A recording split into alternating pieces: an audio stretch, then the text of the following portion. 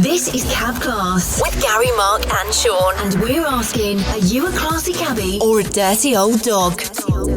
If you think you're a classy cabbie, maybe you have a story to tell, and you don't mind us digging out your past, then get in touch by emailing us at newcabclass@gmail.com. Gotta love it. That's Cab Class with Gary, Mark and Sean.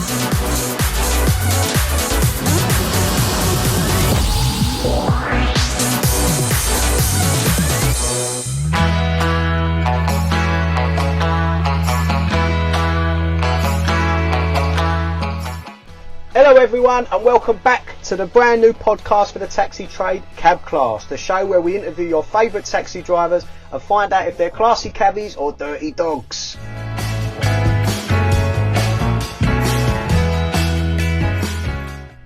Hello everyone, thanks for listening. Don't forget to subscribe to the London Taxi Radio YouTube channel so you can get all the latest videos pumped out to you without having to faff around looking for them. Right, you know me, I'm Gary, one of your hosts. My mate next to me is Chelsea Mark. How are you, mate? Hello, mate. How are you? I'm very well, thanks. Nice to see you again. We've got another season. I know, he booked us for another season. I can't believe it. I'm still waiting for the check. Yeah, well, I've had a deal with him. We've upped the dough. Oh, really? Yeah, we've upped the money. Funny, he ain't mentioned that. He knows he's not the winner. Well, I tell you what, we've got an hot one today, mate. Oh, we've got a guest and a half here. We've had some great guests. We've had what have we had? We've had footballers, actors, truckers. Yeah. We've had all sorts. Boxers. Well, yeah. We've got a man here that's probably done 9 jobs probably in the last month. So we've got a real cracker. Well, that ain't off Waterloo. No, that's a good call. Right. We don't want to. Normally we have our little chat, but we've got so much to get through today. We're going to move straight on. Let's talk to our other mate, Sean Paul Day. How are you, mate? I'm great. My sap is rising. I can imagine that. I think it's the spring It dawning, must be, but yeah. it might be the guest. It could be. I don't know. But yeah. He's got his biceps out. Let me quickly just tell you what we're looking at. A cut of fillet steak here. Oh. It is I'm specimen. going to be honest here, right? I do a lot of prep for these jobs, even though you probably don't realise that. And today I've done 50 press-ups because I knew what was coming. When we had Jerry the other week, I had a donut as prep. That's right. The prep today to get into the mindset. Yeah. The prep today was 50 press-ups. Honestly, you can't see him, but he is a professional. He's a bodybuilder, and the man takes it serious, and you can tell just to look at him. He's got muscly muscles. Oh yeah. This is like honestly. A spit and sawdust gym in this Yeah. Oh, it's unreal. But anyway, we're talking about him. Let's talk to him. I'll give you a bit about him. So he has been a green badge for 18 years. He's an ex-royal engineer, an ex-doorman, a film extra, an ex-topless waiter, a physical education instructor at both Belmarsh and Whitemoor prison. People, please give him an hand. It is George. Hello, mate. Hello, mate. It's all right. How are you? Thanks for coming on. Thanks for inviting me over to the uncivilised side of the water. Oh yeah, because you're a South London boy. I'm a South Londoner. South London. Pronounce it right. Yeah, South Londoner. So we know you didn't get the tube here today. Well, no, we leave that to the North London boys because they don't like daylight. And looking at the people I know from North London, I can understand why. Is this our first South Londoner? I think he is. Oh, Yeah. well, I'm with you, mate. Yeah. I'm South He London. would say we've got a better class of people, but I don't know. Bring a better class to the show. Have you got anyone as strong as this? Come on, bring a top man. I'm bringing a top man along. I know, mate. Honestly, I am slightly intimidated. Unbelievable. Don't be. I'm a big pussycat. How hard is that t-shirt Big working? pussycat. If that button goes, I'm in trouble. He'll have an eye out. I'm here to help, No, but I want to see him drop and give me 20 at the end. Yeah, And I'll do it. So you, let's start with this. Yeah, no, I'm not. I've already done me 50. Let's start. Go on. Arsenal fan, yeah. Arsenal fan, brought up over the road from Millwall. So where did that's why I asked. It all went right, as my old man was from North London. So, he took me away from the dark side, led me to the light. And from then, I used to go Millwall. It was I call him my second club. I used to pop down the road to see him so with you my could mates. walk to Millwall? Could walk to Millwall, but I used to travel all the way across London to watch the Arsenal. Okay. And I'm glad. At the time I wasn't glad because it was a suffering time. Yeah. 74, 75. But when you I was a started top going. fan, weren't you? You was a steward over there. I was a steward. I was on the closed circuit TV. If you looked at the corner flag at the clock end and that was where the police operation was. Yeah. I was in there. And that's when football violence was kicking regular off. occurrence. So really, all I used to sort of watch the game from the nice warmth of that office, So and then what whenever a goal was scored, wallop, you went on the fans and on the away fans. Yeah. So what was the worst thing that happened with the Arsenal fans? You get a stern letter? No, very good. And he's an Arsenal fan. Yeah. No, in all seriousness, you would do a lot of operations where certain fans might be saying they might be reported for saying racist stuff, or homophobic stuff, or whatever. Back then, Even back then, and so what they would do is they would put a couple of plain clothes next to that seat, mic them up, and get me to put the camera on them, catching that fan in the throes of shouting this, that, and the other. A great job. I'd love to talk to you more about that because I find it fascinating. But plenty we've to go got through. so much to get through. But that's just one of my jobs. So you're out of Peckham. Peckham, we're the Peckham side of the Old Kent Road. So you cross the road from the gas. I was at the gasworks of the Old Kent Road. Cross the road, you was in Bermondsey. So I was on the border. About where every cab driver turns his light off. About there. Yeah. Oh. Well, I sort of turned my light off around the King's Road, to be honest with you. I bet you I don't want to pick any of them Chelsea fans. No, you don't want to pick any nice people. No, they're Chelsea fans. Don't want to pick any of them. I get a job at New Cross and I feel like I'm in an episode of Wacky Races. Going down You there. should have come over here today. But it's always Dulwich. Whenever we get a fare to Peckham, it's Dulwich, mate, and then you want to cuddle them, and then you're going through Nunhead, and they go, hold on a minute. It's not like that for me. It's just like going home. It's a lovely well, place. I'm from Brixton. I'm probably one of the only cab drivers that bite people's hair not to go Brixton. Yeah, that was rough when I was a kid. Yeah. We had a colour of eyes, you never. Right. So, tell us a bit about your sort of pre-cab life, please, George. Where did it start out? Pre-cab life. I mean, left school at 16. Yeah. Never been out of work since. So, shop assistant, factory worker, window cleaner, mini cab driver, labourer, traffic warden. I never really stopped around in jobs. If it wasn't, I didn't think it was. I got bored. Yeah. I weren't one of them people plot and just wait it out. I used to. Is that another way of saying Always you on got the sacked a lot? Never got sacked. Unbelievably so. Yeah. With a gob like mine, I never got sacked. But I used to look at things and just think, nah, I'm on the move here. I've got to get out, get itchy feet. So I went from labourer into telephonist. So when you used to phone 100 or 999, that was me. I was one of those picking it up. There was 4 blokes in Blackfriars Road in Colombo House. 4 blokes with 200 women, and I was 20. Yeah, you can imagine. So it was a great time. That was a great time. A life learning experience. Yeah. I spent 18 months there. Then I went on to postman, joined the army. Right. Done a bit of time in the army. Won best recruit, best at PT. Where was you stationed? Anywhere? Just mainly in England. But I was in Camberley for my training. And that, well, there's never been a war in Camberley, so you've done well there. I don't know. Friday nights in Aldershot. Oh yeah. Yeah. So wear your desert boots. I can imagine that. Wear your desert boots, and they're not official desert boots until you've urinated on them. Oh, well, okay. They have to be urinated on. But you know you've urinated, or you just have so to much. have the stains on them Okay. where you've messed on them. Otherwise, they're not official army desert boots. So I've got a mate who was in Afghanistan. He messed up. He should have gone Camberley. Yeah. Should have gone Camberley because that's where all the action was. My brother-in-law was in the army and he got stationed in Iron Appa.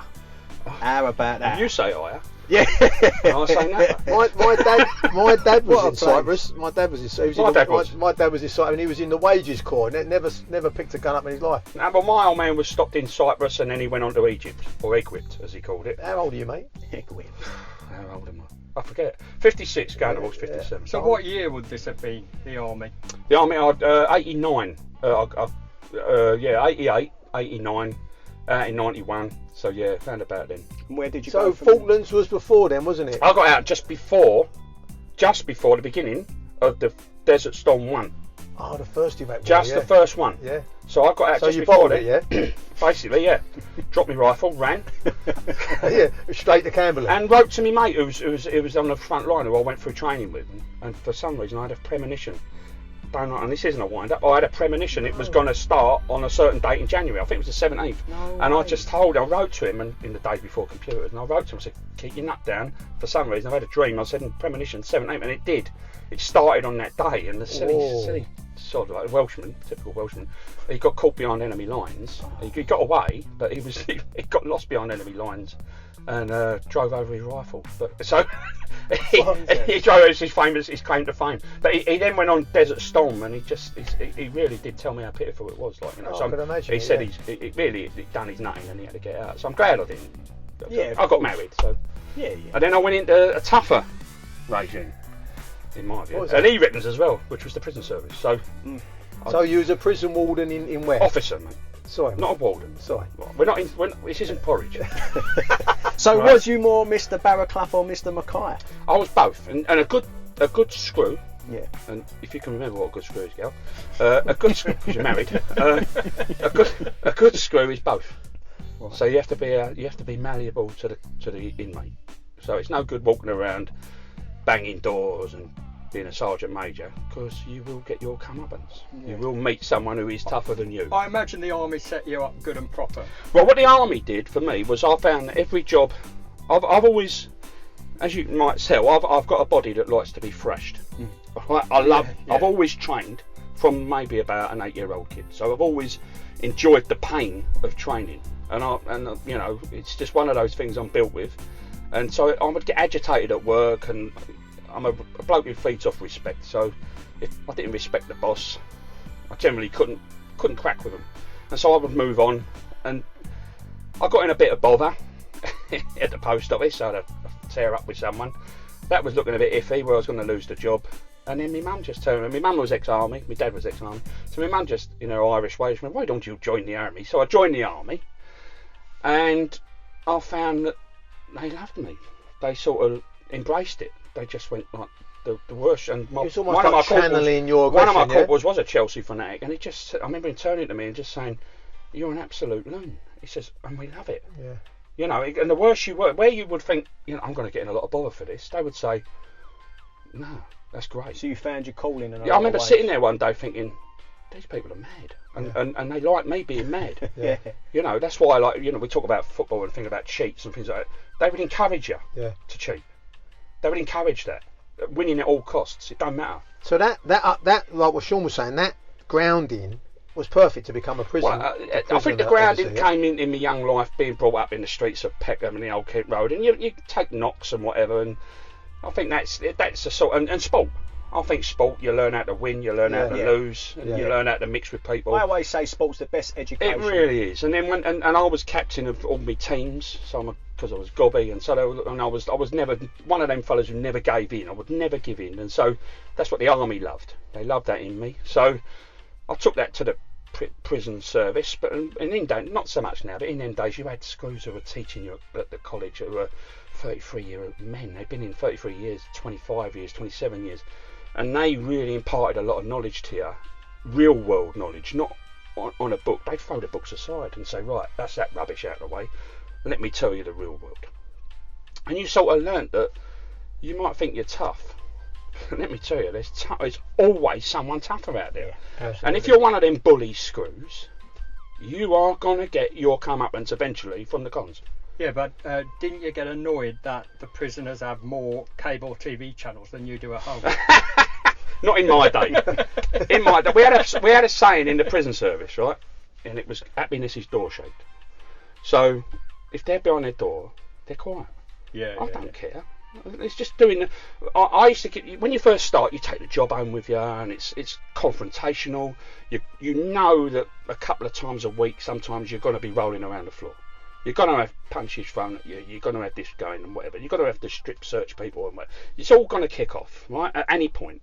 And so you do tend to take that stress home. And then an old screw said to me, and we were on our way out one day, and he just went, "Look, you come in at 7:30, they're banged up." He says, "You go home at 9 o'clock at night, they're banged up. What happens in between is nothing. Take no notice of it." He said, "Your job is to keep them here. And that's it." Yeah. He says, "So don't take it home." Simplify it, yeah. He said, "You're getting too involved in it." And so sort of, it's really, you've got to be a good actor. When I worked in the print, we used to play football, and Belmarsh was a team in it. So we used to go and play. Right, okay. So I've played football twice in Belmarsh, which was the most intimidating thing I've ever done. But what it showed me was what wonderful facilities. They had an AstroTurf football pitch. They had a gym that was as good as any David Lloyd you go to. It was phenomenal. And considering, a bit like what Sean's saying, you know, they've got nice tellies and all that. You think, this is a prison. Okay. But then, and I would say that this is we're getting a bit political here. But this is the problem. Britain, in my view, and other prison officers would say the same. Britain has a problem with itself. Britain's always conflicting itself, where Britain can't decide whether it's a rehabilitator or it wants its pound of flesh. You can't. What do you want to do as a country? Whereas Norway and people like that, they've said, well, we're rehabilitators, right? America has said, no, we're not. We're hardcore. Right, because I remember when America sent a team of people over to view us in the HSU, when I worked in the high secure unit in Belmarsh, which was the most secure unit in Britain. And they came over to watch how because they said the level of violence in our high secure unit was way, way lower than America. So they couldn't believe we were playing pool with the cons, and we were playing table tennis, and we were interacting, playing cards, or just sitting and chatting with them about everyday things. And they couldn't get over it that because they actually said to us, "You actually speak to them?" I said, "Of course we speak to them. We're British, and that is our way. We tend to be that way. So, what do you want to do? I mean, because but should they have a better gym than I've got? But if you actually went to the gym, I've done 50 press ups. No, but if I could go in prison for having no TV licence, and then when I get into the cell, I've got 60 channels. Okay, but then you go into the prison, right? You can't turn your own light off. You don't say whether your door's shut or open. Yeah, I know what you're saying. Right? You can't say tonight I can go and you can order a takeaway tonight. Right? Normally you go down a restaurant, but you can't. They can't. No. They can't do that. Childish things that really my kid can do that, but my 18-year-old daughter can phone up a takeaway tonight. A grown man in his 40s sitting in prison tonight has to ask an officer, can I please go out to go to a toilet or whatever? And does Cat A get those type of facilities? Is it? They do. They get facilities that they get it on a smaller scale because they're high risk. You've got category A and then you've got high risk. I was with high risk, and they're higher than category. They're higher than category A. So are they a risk to themselves? Some are. But they wouldn't be in a high risk unit. They would be in the healthcare, or they'd be in the segregation unit where we could watch them properly, 15-minute watches. And that's 23-hour lockdown? They would be, in the segregation unit. Unless they're playing football against us. Yeah. In the segregation unit, but in the high risk unit, in the high secure unit, where I was with IRA. Where was this though? Belmarsh. Yeah. So I was the first officer in Belmarsh to volunteer to go in the high secure unit.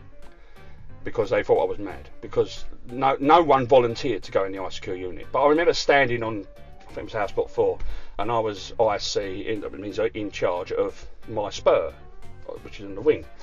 And I remember some con coming up to me, and he was off his nut on something and complaining about, Governor, they've chawed me pillar and I'm going to kick off. And you're like, for the 20th time this morning, someone's had their pillar chawed by security, someone searching their cell, because I only allowed one pillar, and they're going to kick off. And you just think, I can't be bothered with these people anymore. It's just, I've had 2 years of it. So I went up and saw my governor, and I went, I want out. I said, I want to go where the action is, and I want to go HSU. And he went, you're mad, aren't you? Because we had all the top IRA in Britain, or in England, that were in the HSU. And so I said, no, I really want to go there. I want to have a bit of that. So he sorted it out, and I went over to the HSU. George, what was that like? I absolutely loved it. They were right then, you were mad. I really loved it. So what sort of characters was you dealing with here? We had about 2 spurs, and the spur in the HSU had 12 cells.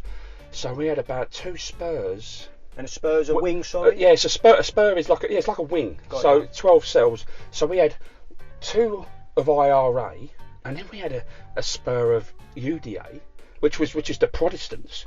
Oh. So we obviously you can never move them at the same time, and it was all going off out the window, and we had less of them. I will say that.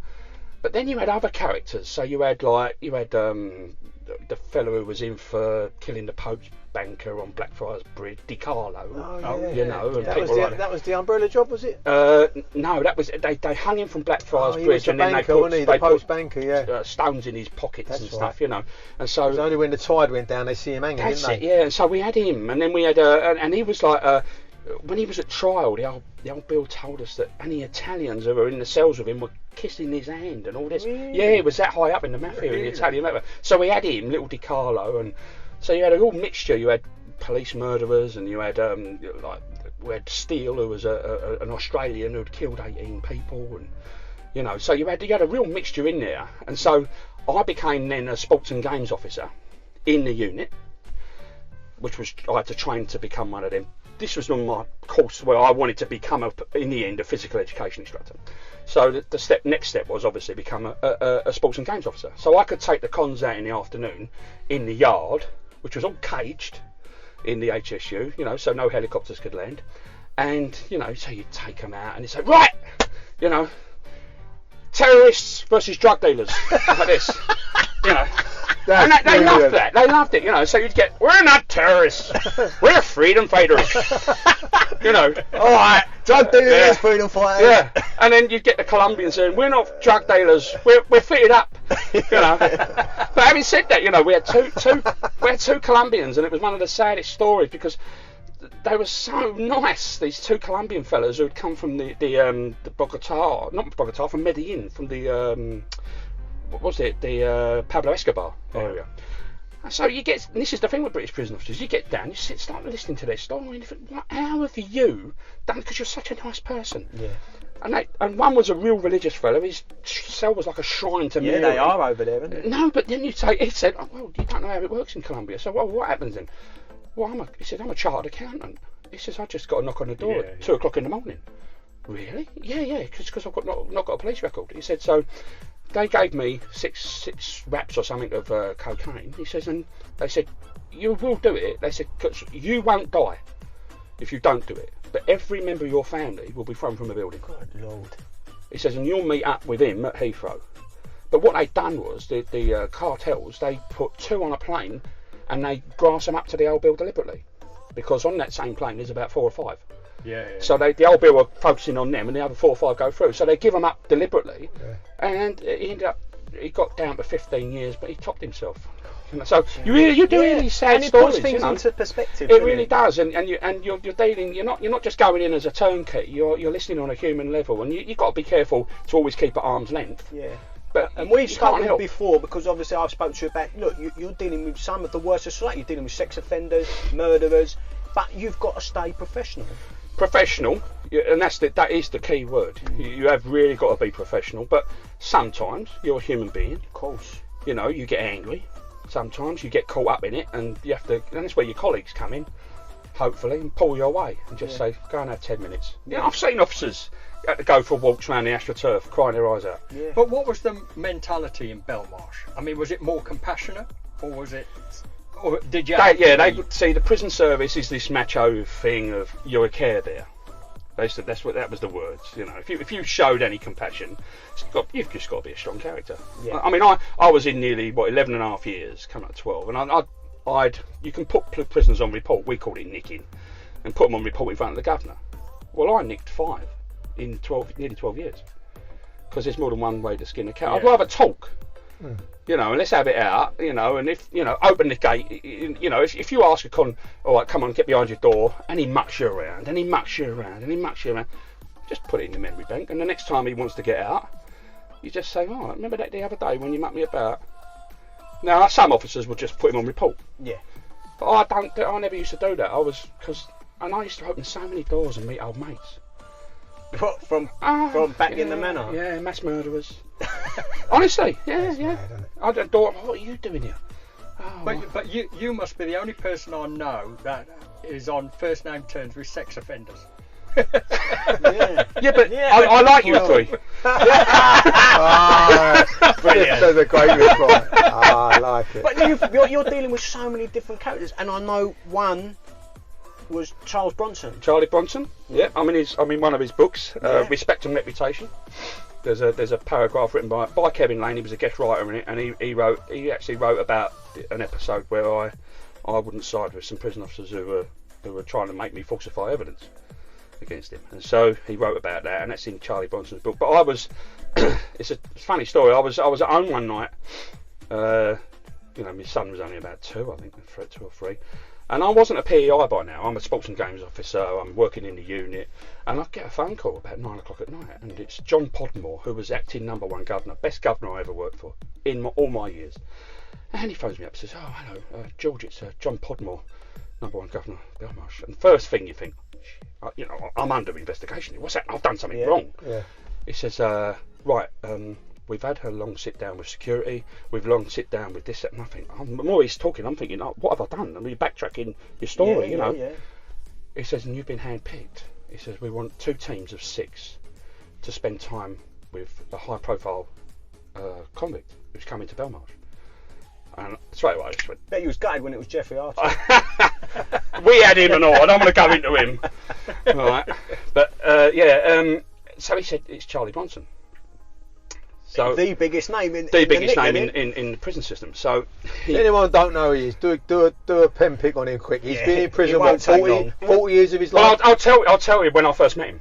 Yeah, my first meeting with Charlie Bronson, okay, was and so he picks it. So you can't unlock Charlie without 6, okay. So that's 6 and an SO, a senior officer, because you need a senior officer to direct. So if you're 7-handed. You've got to have 2 teams. When you take an inmate to the floor, or you're trying to restrain them, you've got to have 3. You've got to have 1 on each arm, 1 on the head, and then you've got to have someone who's overseeing it. So it's always got to be an SO. So you'd have to have 2 teams. So whenever you unlock Charlie, you had to have a minimum of 7. Okay, because it took, let's take it right, it took 10 to hold him down, really, but we'd have 7 fit fellas, strong fellas, who would have to hold him down.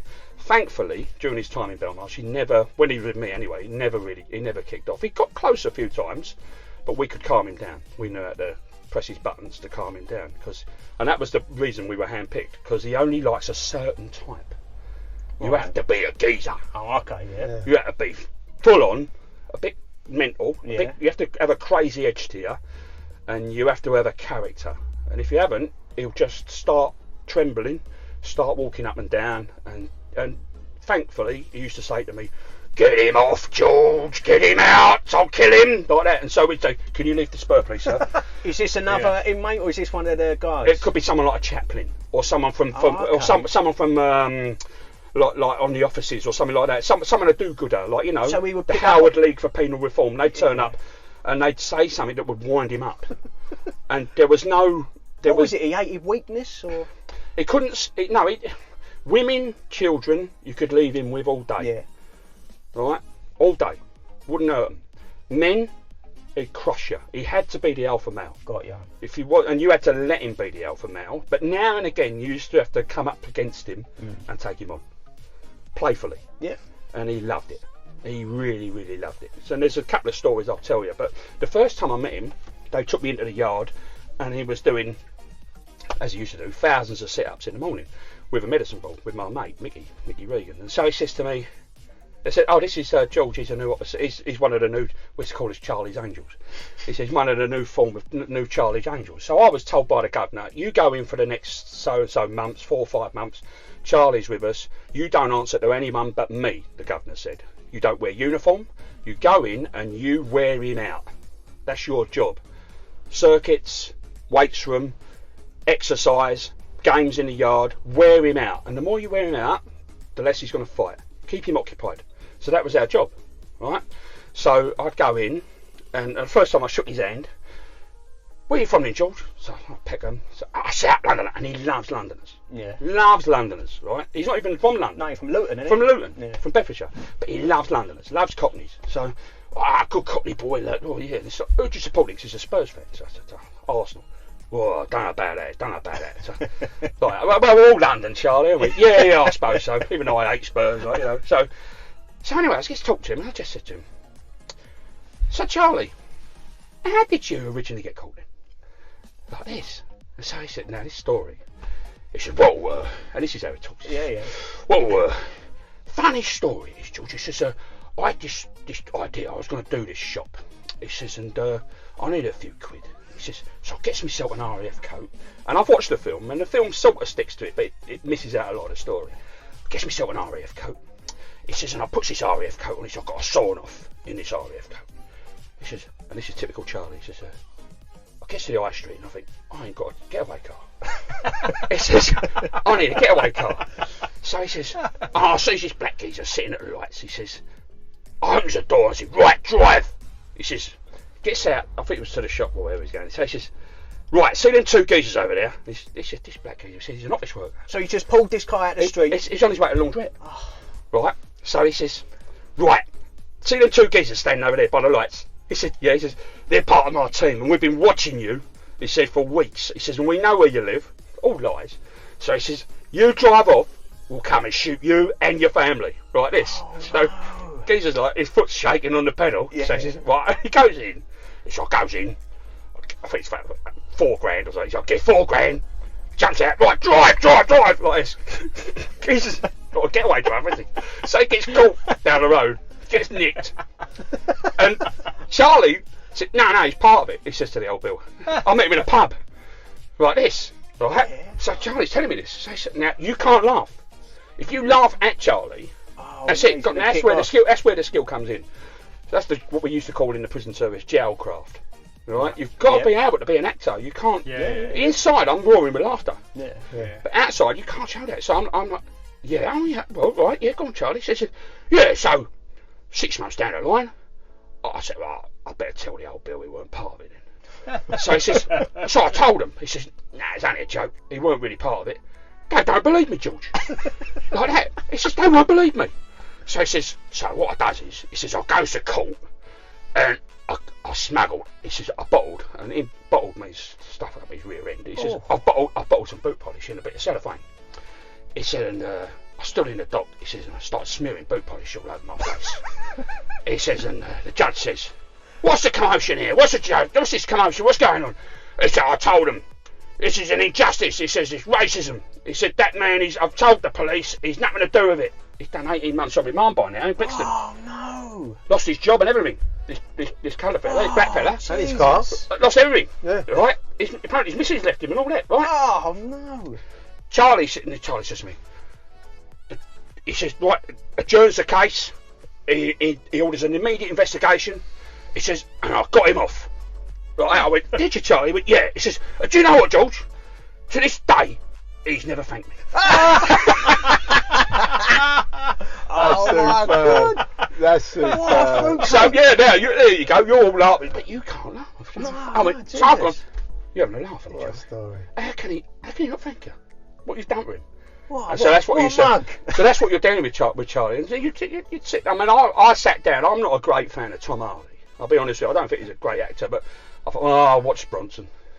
And You done all right? it was like being in a room with him. No. Really? Oh, yeah. Because he spent a lot I of time. watched it the other day because I knew I was going to do this. It was like being in a room. And in that he gets attacked a lot, doesn't he? Yeah. Doesn't he? So is that a little bit of Well, I used to sit there poetic with him, and a common thing was you'd do your workout. So I'd take Charlie. It was me and Charlie. I've got a photo in my phone, like, but used to take Charlie for circuits. I'd have to design them, and they had to be as crazy as you could make them, like side sit-ups off of old tables with medicine balls, and you couldn't do a normal sit-up. You had to make faces. Not like and 50 scream. press-ups like I've done. No, this is mad, right? So it was all round the cell. Was me and him would do circuits together, and there'd be 2 or 3 of us doing circuits with him, and I had to design them, like I say.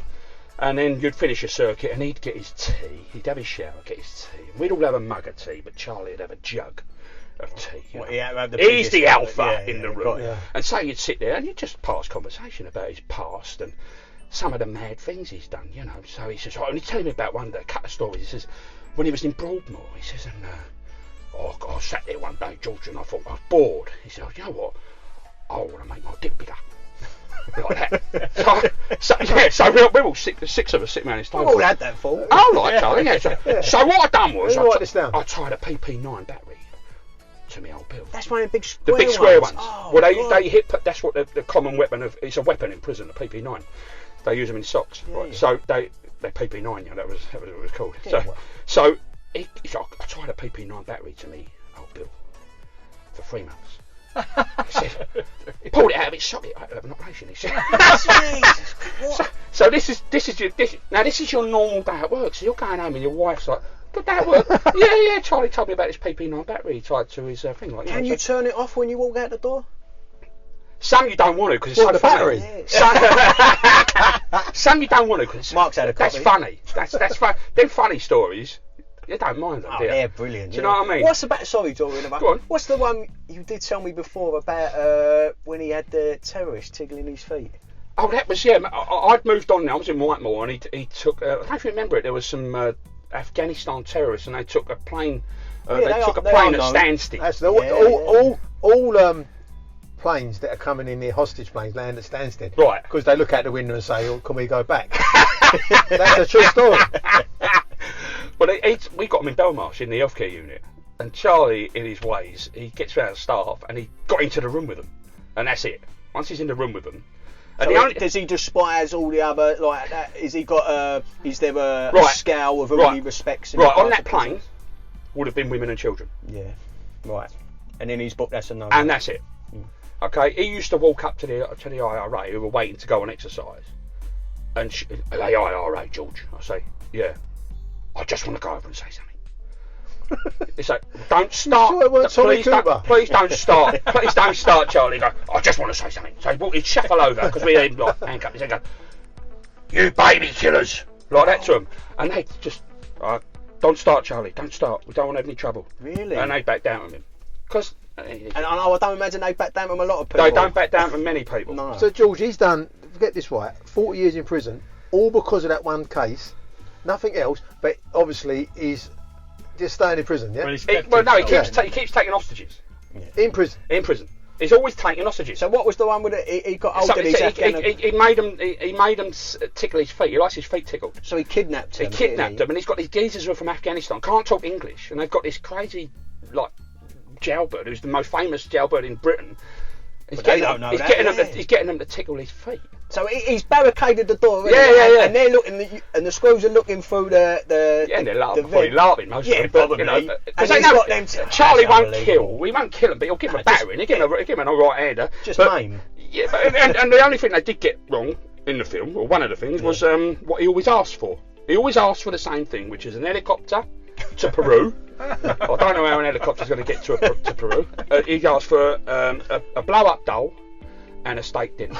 They were his three demands, and he always asked for the same thing. But he did get married, didn't he? He got married, yeah, and he became a Muslim. He tried to change his name while he was with us, because he heard that the real Charles Bronson, had cried at his mum's funeral. So men don't cry.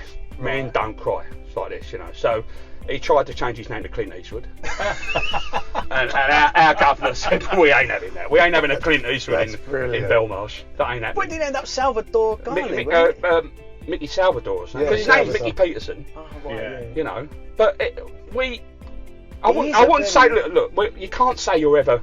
You can actually. I'm friends with some ex-cons, but you know, it was as close as it could get because I cracked on with him. You know, and it was with Charlie. It's not about liking you; it's about respecting you. Got you. But he'll never get out, will he? He probably will when he contracts an incurable disease. Yeah. They'll do with him like they did with the great bank. Yeah, yeah. train Well, he robber. said something. Yeah, I Biggs. did read his book Biggs, actually, yeah. and he said something I found very profound. He said that George is mad. George is madder than me. No, he said the first person to fight the system always dies trying, and it made a lot of sense. And what he's saying is he's fighting whatever he sees that he's fighting for, and he knows he's never going to win. I think Charlie is just he loves the fame. Yeah, oh right. You know, he always in his younger days he hooked up with very famous criminals, and so he likes the notoriety. Yeah. He loves that mystery. He loves that fear. There's always, I don't care how old he gets, there's always that fear that whenever he walks in a room, your eyes go straight on him. How old is he now? He's about 70. I think. Really? So he's you know, we had him at he was really he could go. It took 10 to hold him down, and you know, you used to tell him something, ask him, because the things he'd gone through. So what's the toughest that you've ever been in, Charlie? So he said, oh, those Northerners, George. He said, Leeds and Durham. He said, they come in on a Saturday morning. He said, because their old woman wouldn't give them any, he says, and they'd be 10-handed. He says, and give me an hiding. You know, and the infamous thing was that half his moustache was in the drawer at Scrubs. This is the screws, yeah. The screws, yeah. You know, and that's really why Belmarsh did what they did, because it wasn't working. Yeah. You can batter a dog, and all you have is an angry dog. It's just battered and angry, and it will keep coming at you. Some dogs just won't have it. They'll keep fighting. Yeah. And so our It's a good system, analogy. and I know a lot of people used to say, oh, you know, chucking all that money at him. So what's cheaper then? Is it cheaper for him to get on the roof and do £10 million worth of damage, which he's done twice at Baltimore? Yeah. You know, because he will find a way. Because he's quite intelligent. He's a highly intelligent man. He's not an idiot. You know, and his artwork. I mean, I've got single mates who can't get a bird. How does he get married in prison? How does? No, but seriously, I mean, can you explain to my mates who can't? Quite easily, because they love the it's the mystery, notoriety. the notoriety. Well, I watched that I am Night Charlie Stalker. Bronson's Have you wife. seen that on Netflix, The Night Stalker? And this is the most evil, pervert, disgusting human Oh, being. yeah. And he had crowds But of women. I Like, imagine it's amazing. Charlie Bronson Not putting gets- them two in the same bracket. I imagine he gets loads of letters. He does. From Yeah, and people who are quite big fans of him. Fan clubs. You know, I mean, I've only got to put something on Instagram with my photo with him. You know, where there's 6 of us, all with we had black bin bag lines on our faces, pretending to be his little Charlie's Angels, you know. And he loved it. And now I put one on Instagram, I'll get more from that than anything else I put on Instagram, where people are so interested. Does he get posts daily? Like have you got a post box in his? Yeah. Has he got like? Yeah. That's mad. Bucketfuls. That's mad. Bucketfuls. And from all over the world. So my mate really, who can't get a bird, needs to do a he post needs to be office. crazy. He needs to do a post Get office. bashed He up needs to by 10 nick a prison car. officers. He needs to got a big That's it. moustache. Yeah. But I'll finish on this. Right, one day we used to take him out in the yard in the afternoon for a little. He'd done his training, so in the afternoon we take him out for a little game or something. You could get him doing anything. So my mate was ex-para. He could get him. Oh no, Charlie, let's crawl around the yard on our bellies and see how many stones we can collect on our fronts. And who gets the most stones wins. And he'd have to win. Oh, there's some of that. And he'd do that. So, but he'd do stuff like that. So we took him out one. There were 6 of us taking it out. We used to play this game called non-stop cricket. And it's like tip and run, you know. And I used to play a bit of cricket in my day. And my mate Sean Rush is behind him. And I stood there in this airlock. No keys, not allowed keys. You're waiting for the buzzer to go and the airlock opens. And I've got the cricket bat. And he's facing me, Charlie. And I went, I can't play this. And I threw the bat down. And my mate's behind him and he's looking at me like, wow, he's shaking his head, no, don't wind him up, no, like this.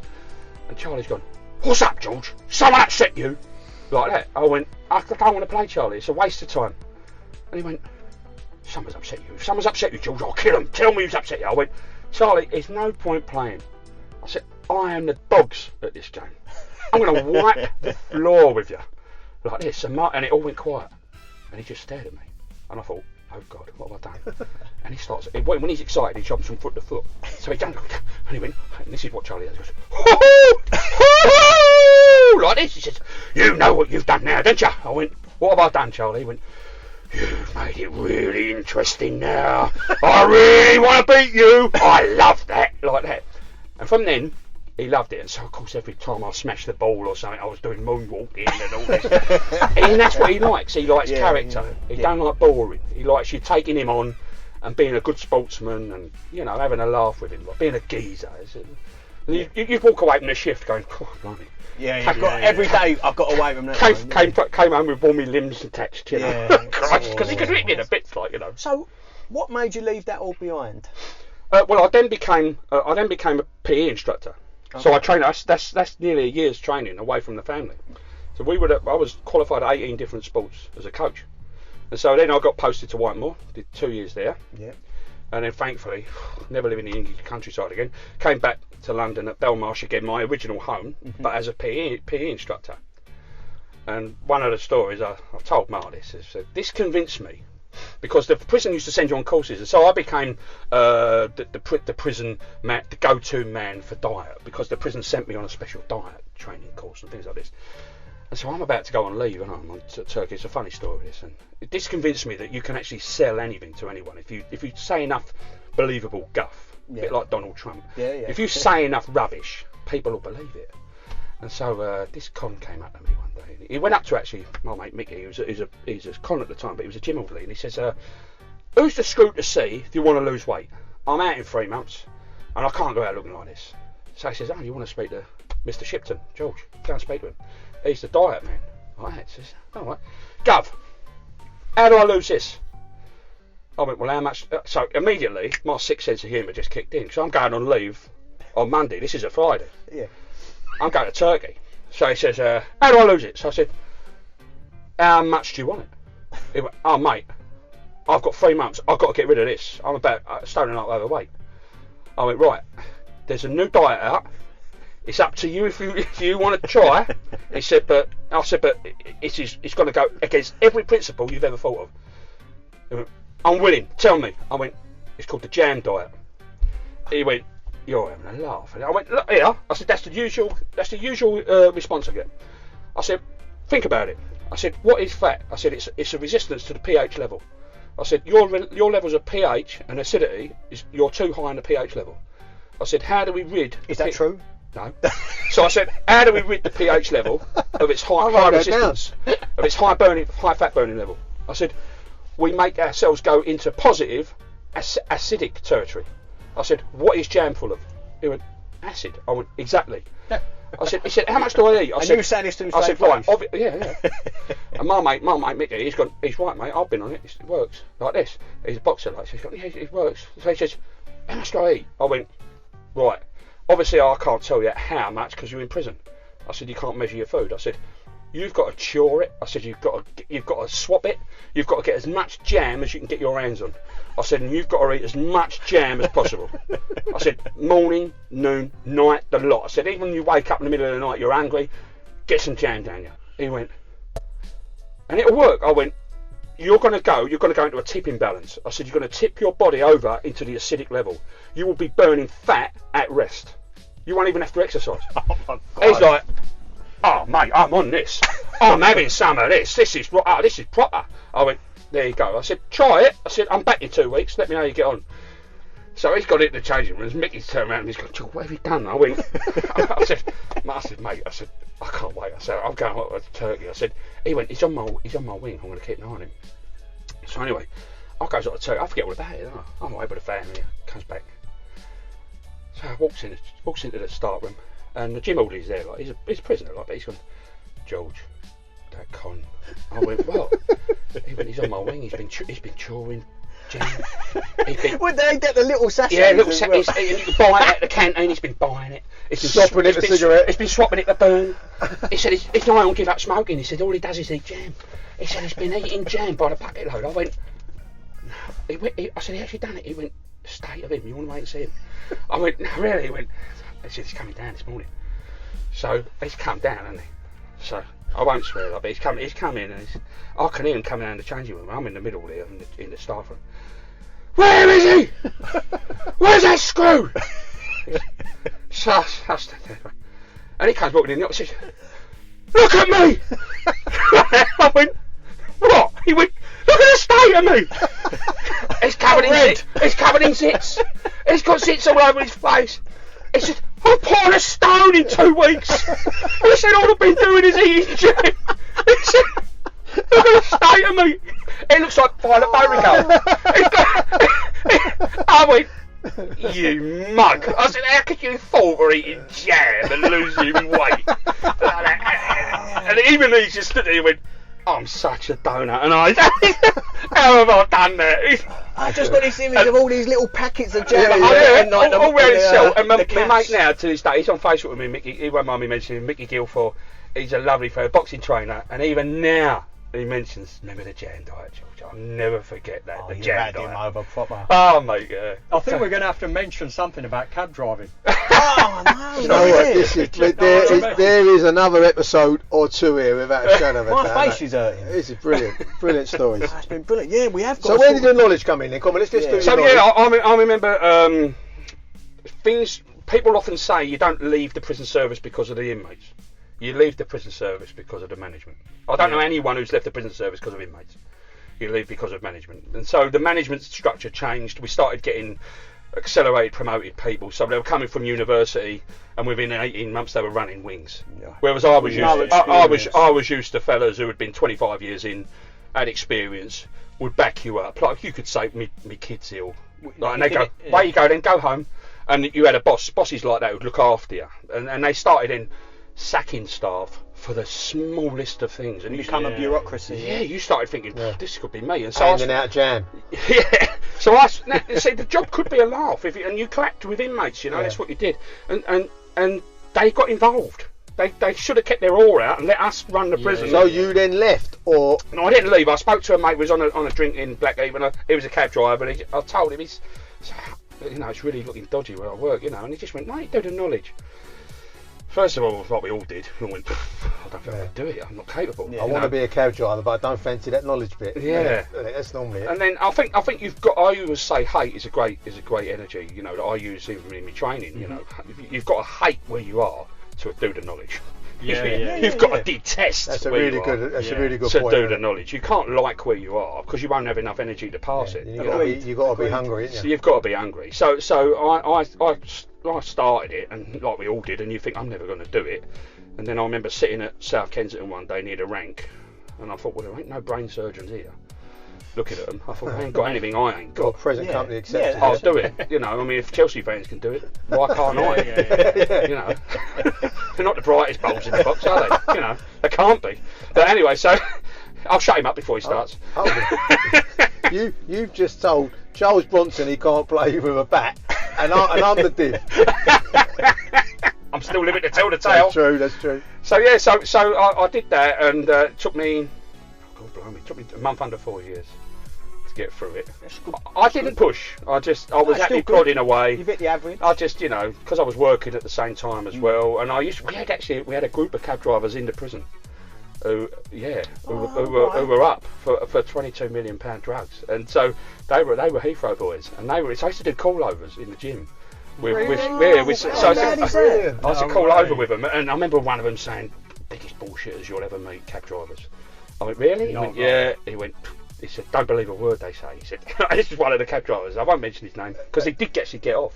But yeah, he might be listening to this, so they might remember me. Only my mum listens, so you'll be right. Yeah, so that was my experience in the prison, and so I gave up training for a little while. Like you do, you give up everything.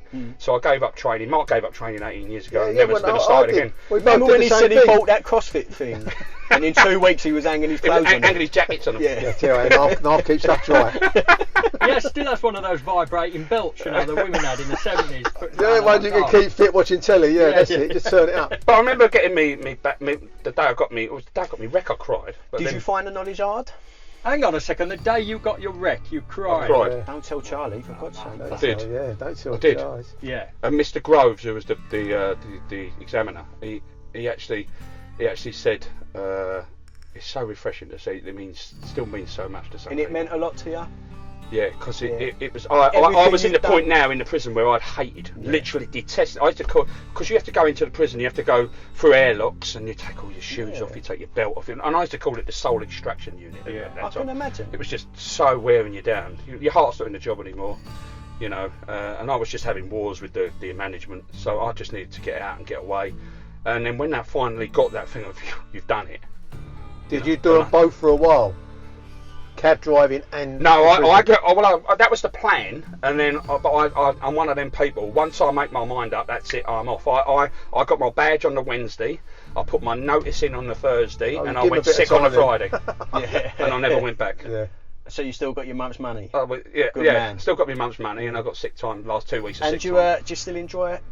Pandemic aside, do you still enjoy being a cab driver? I enjoy the freedom it gives. I'm a positive. My glasses are full person. Yeah. So it gives me my time to go to the gym. Mm-hmm. It gives Which is your family aside is your main thing, isn't it? Training. Training is my meditation. Yeah. It's my time. It's away from everything. Mm-hmm. So I'm away from all my headphones are on, and that's me for an hour and a half to 2 hours, and I beast myself. With all these jobs you've done. Yeah. Which we've not even touched on art. No, we've not touched on art of it. That's for Series 4. But the one job I can see you being great at is a personal trainer in a gym. Well, I do that. I do personal training by accident. I didn't really want to get into it because it's frustrating with someone like me, because I do push hard. I drive people hard, and if you haven't got the commitment, I don't really want to train you. So you do a bit of the training now? I had people come up to me, because I get people up, I'm well known in my gym, and so I would get people coming up saying, and they know I'm an ex-physical education instructor, and then you've got ex-cons in the gym who will go up to them and go, listen, they're the most highly trained PE staff in the country, which we were. Yeah. And so they said, forget all these YMCA PT trainers. Yeah, do you say things like, find your inner tiger, life goals? No, we say 3 more, you pussy. Come on. Yeah. What's the matter with you? Would you have let me stop at 50 press this morning, or would have I had to go to 55? You'd have took a 5-second breath and done 10 more. Yeah. He didn't get to 50 press ups. So, George, Over the week. You train at Crayford, yeah? I train at Crayford Weights and Fitness. And if someone did want to get in contact with you, Look at Gym Viking 1, yep, as in GYM Viking 1, yeah, on Instagram. They can contact me and see me instructing. yeah. I'm instructing Jerry. Now, if I and was it's gonna... worth you seeing him sorry, just mate. for his body. Oh, honestly, It's phenomenal. It is. Listen, It is. if I was going to get a personal trainer, it would be George. Yeah. And I'm not just saying it because he's here, but the man knows his I've got a smaller shed than George. Well, the thing is, when you do all this, and I did it for years as a PE instructor, is you park your ego at the door. That's the best thing you can always tell people. Absolutely. Just leave your ego at the door, you know, and because you have to understand that walking in a gym for some people is the most intimidating thing they'll do ever. Yeah, you're right. And it really does put them off. And so, especially my gym, because there's some big lads in there, but they're the friendliest people because we all started. Yeah. We didn't start big, you know. We didn't start big lumps. I tell clients, the minute you step through that door, you're winning, right? And you're a winner. You just got to step through the door and make that decision. No, I'll never laugh at anyone. I don't care. No. They could be 22 stone or whatever. They're in there and they're trying. That's all that matters to me. But they're fighting. But giving up is the thing I can't have. But you're in there fighting. I'll help everybody. What is it Saturday? The weights are not prejudice, are they? If you put the time in, you'll get it back. It's consistency is the key to training. Yeah. Consistent, and people don't want to hear that. No. So if you are interested in any, look, speak to George, Gym Viking 1 on Instagram, because he is honestly, what he don't know ain't worth knowing. But putting that aside, we're running out of time, Yeah. so we do a little thing at the end of each thing. It's a bit each show. It's a bit of fun. It's not I'm a serious. bit cautious about asking him any of these questions. Well, in case he loses his rag. I'm a big pussycat, you know that. If he's a dirty dog, right, we've got to get out of here fast. But remember, I've got to speak about one person before. Yeah, absolutely, I've mate. got Yeah, to he say needs to something say about it. something at the end. You Yeah. want to say that now? Yeah, it's a hard time for everybody. Yeah. You know, I just want to mention him, you know, because some people are out there going through some really tough times, you know, and to see the London Stadium shut like it is no, it's not a I laughing. thought he was being so sincere. I am. This is not a laughing now. Okay, No, they're no, really. all I mean, they're having a great season, and you know, there's a great friend of mine called John Parsons. He drives a white pimp taxi with plastic flowers in the back. Does he have vanity plates? He has vanity plates. He bleaches what hair he's got. He does bleach it, I'm pretty sure. But the problem is that before the stadium shut down, he had a great business outside the London Stadium selling Lucky Ever. and on if it was a Sunday match, he'd do clothes pegs as well. So you know, let's. If you see John out there with his white pimpmobile, just give him a toot and say, you know, thumbs up. We're all behind you, John. We love you. We do love you. We do love What you. about You know. a GoFund page, something like that? Could we not Go fun, but I don't think you can spell it. We got 4 minutes. Right, let's knock a couple of these out double quick. Right, a cabbie nicks a job off you. How do you react? Show me your arms. Chasing. Right, that's exactly the answer we didn't want. Yeah. The answer we was looking for is politely remind him that's not how it's done. Do you holler and scream? I bite the steering wheel. Yeah. Yeah. I scream to myself Yeah. and to Odin, and then I make him an enemy for life. I know. I'm not going to name a name, right? But I know someone who writes down number plates and keeps it as like. So if he ever sees them, which he never will, that he will go overtake him or something like that. No, He's a bit but sick. quickly before we end, when I first got out, I didn't know there was a feeder rank to Charing Cross Station, Right, and I'd only been out from the prison for about a week. And so I was used to people hollering and screaming at me and just laughing. And so this fella, you could recognise him if I mentioned him from his appearance. Comes at me at Charing Cross Station because I jumped straight on the rank round by the what's that, the concrete thing there. So I've gone round there. What are you doing? What are you doing? There's people waiting there. And I'm laughing at him, and I put my hands on his shoulder and went, you need to take a chill out, Pillman. Like that, laughed at him, because I've been used to inmates screaming at me. So, and he's screaming even more. I just got in my cab. And then I drove, I said, why is he screaming at me? All I did was jump on the rank. Then someone told me later on there's a feeder rank, and I jumped on it by mistake. So you've got to realise some of these fellas are new cab drivers. They don't understand the feeder ranks. Yeah, No, you don't squint. Like, it's so Oh, he did, yeah. They're taking that their bad day on you, Yeah, wouldn't yeah, they? yeah. So yeah, go on. What's your question? Right, we'll probably move on to another one. Right, have you ever took the fare to the wrong place, then blame them that it was their fault, told them they gave them the wrong address, even though you knew it was your own fault? That's a good question. No, but I've misheard.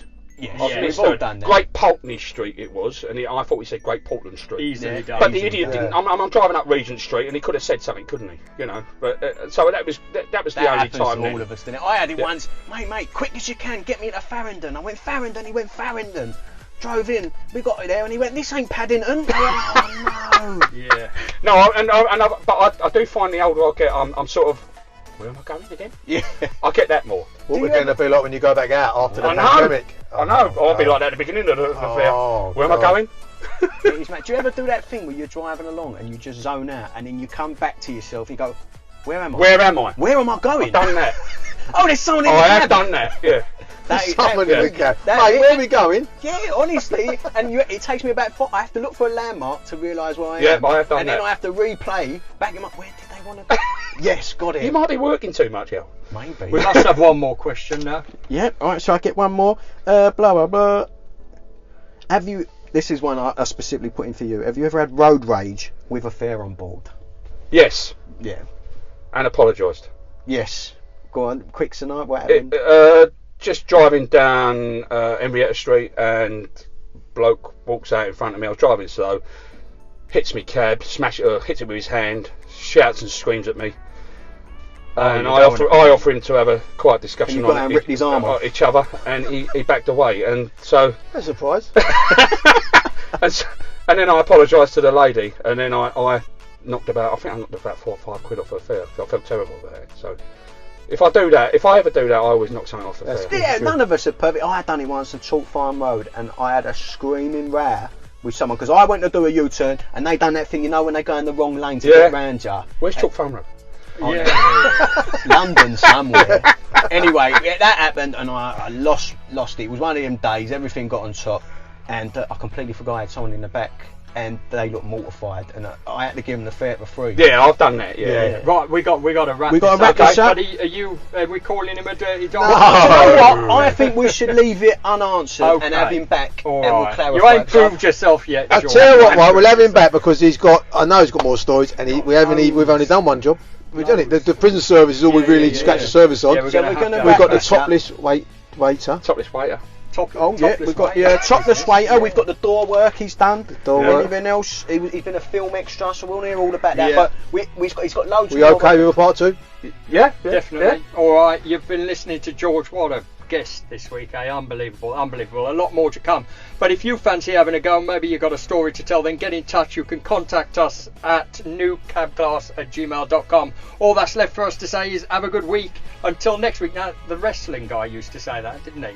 I kept thinking, I always say have a good time till next time, and then I think, well, didn't Kent Morton on British Wrestling a few years ago right. say have a good week You till always next cut week? yourself out anyway.